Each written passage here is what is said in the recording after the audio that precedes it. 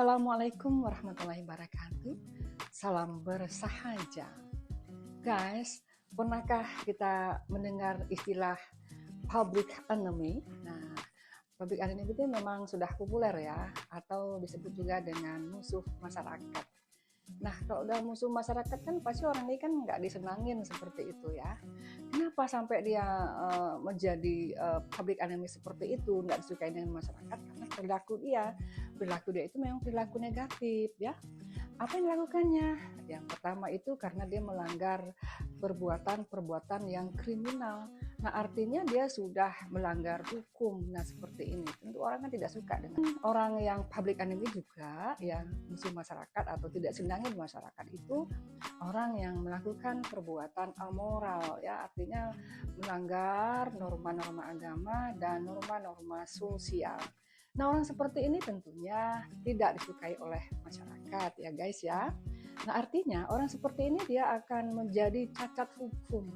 Mengapa dia sampai cacat hukum? Karena dia pernah melakukan pelanggaran kriminal. Kemudian dia itu cacat trust, cacat kepercayaan. Orang sudah tidak percaya lagi sama dia. Apapun yang dilakukan, apapun yang dikatakan, dia itu sudah tidak dipercayai sama orang lain.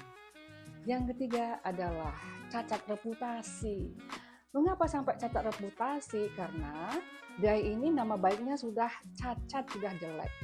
Apapun yang dia lakukan orang menganggap, oh ini sudah ya nggak bagus seperti itu. Nah, orang seperti ini akan mendapatkan dampak ya. Dampaknya seperti apa? Dia akan mendapatkan sanksi sosial. Nah, sanksi sosial ini adalah orang tidak percaya lagi sama dia. Orang menghindar sama dia. Orang tidak mau lagi berteman sama dia, tidak mau lagi bergaul sama dia. Nah, itu namanya sanksi sosial. Ada penolakan sosial. Yang kedua itu adalah sanksi hukum. Sanksi hukum ini tentunya dia akan mendapatkan hukuman-hukuman sesuai pelanggaran yang dilakukan oleh dia. Nah, tapi ada juga ya public enemy, orang yang melakukan perbuatan-perbuatan pada saat dia berinteraksi dengan orang lain, pada saat dia bergaul sama orang lain, pada saat dia ngumpul-ngumpul gitu ya, hangout sama orang lain. Tapi di sini ciri-ciri public enemy-nya itu kelihatan orang seperti ini. Yang seperti apa ciri-cirinya? Yang pertama itu adalah dia ini selalu mendominasi omongannya ya, menganggap bahwa dia itu paling pintar, apapun yang dibicarakan itu sangat hebat dan sangat penting. Nah, orang seperti ini kan, atau istilahnya red flag ini kan, menganggap orang lain itu ya bodoh gitu ya, dia paling pintar. Nah, itu tentunya tidak disukai orang lain, orang jadi bosan kan mendengarnya. Kemudian yang kedua, ciri-ciri public enemy, orang yang tidak suka sama dia itu adalah dia suka pamer. Nah, apapun yang dimilikinya itu suka disediakan sama orang lain. Beli baju baru, ceritakan sama orang lain, posting. Beli HP baru, cerita sama orang lain, posting, ya kan. Beli mobil baru, beli rumah baru, beli sepatu baru. Kalau tidak diposting atau tidak diceritakan sama orang lain, tuh rasanya ada yang kurang dalam diri dia. Orang ini memang suka pamer seperti itu, memamerkan kehebatan yang ada dalam diri dia. Punya orang seperti ini kan buat kita bosan gitu ya guys. Dan yang ketiga itu adalah dia selalu mengintimidasi.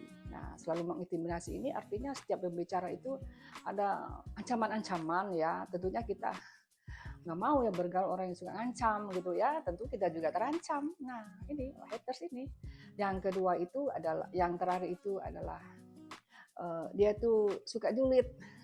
Kalau ngomong itu pas jelek gitu, orang itu jelek di mata dia, ngomongnya suka nyindir ya, yang jelek-jelek, tentunya kita nggak suka seperti ini. Nah, ciri-ciri orang yang public enemy seperti ini kan membuat kita nggak senang, tidak suka, tidak mau dekat sama dia, betul kan?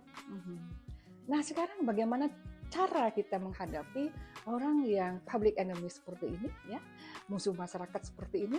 Nah, tentu kita harus melakukan ya dengan cara bijak ya. Nah, sesuai dengan kearifan lokal yang ada di dalam masyarakat kita. Bagaimana caranya kearifan lokal tersebut? Yang pertama itu pada saat dia sedang berbicara, lebih baik kita diam saja. artinya tidak ada semacam feedback atau komunikasi timbal balik terhadap dia. Setelah itu langkah selanjutnya kita lebih baik menghindar supaya tidak ada masalah dengan dia seperti ini ya.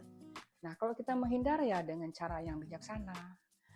Ya, oh ya, kami pamit ya. Saya ada kegiatan, lagi sibuk, saya pamit. Nah artinya kita menghindar dengan dia itu, dia juga tidak terasa ya. Hal inilah yang kita kemukakan pada dia ya. Oke, bagaimana guys menurut Anda? Terima kasih.